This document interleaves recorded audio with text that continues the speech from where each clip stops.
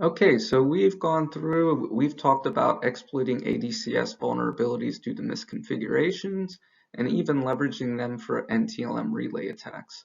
But that brings a third category, a fairly new category, and that's exploitation of machine templates themselves.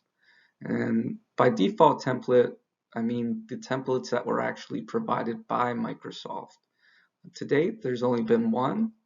Um, we commonly refer to it as certified, and essentially a user has writable access over the DNS hostname attribute. So keep in mind here that any domain user can create up to 10 machines in Active Directory by default. That's the machine account quota. So an attacker can create an AD computer and then rewrite the DNS hostname. And what if they do this and they make the DNS hostname the same as your domain controller?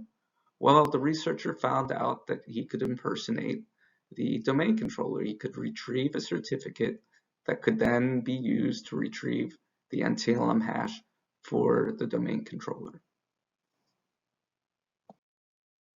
Okay, so what does that look like? Well, you can see here in the screenshot, the attribute for one of these machines here for John PC has been updated, and the DNS hostname attribute is dc.corp.local. But if you look further down there, you can actually see that the SAM account name is John PC. This is a mismatch, but what this researcher found was that he could obtain a valid certificate for the DC after creating just a generic computer account. Okay, so let's go ahead and demo certified.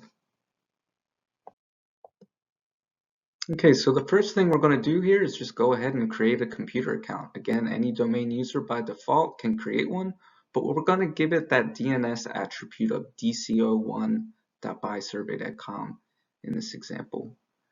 As you can see, we were able to successfully create that machine account. It gave us our password for the computer account, so we'll go ahead and request a certificate that will have the DNS attribute for the domain controller.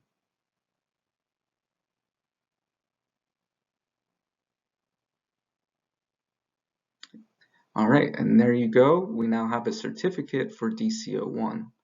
So once again, we'll go ahead, we'll authenticate using that certificate, and as usual, we'll be able to obtain the NTLM hash for the DCO1 machine account. And there it is.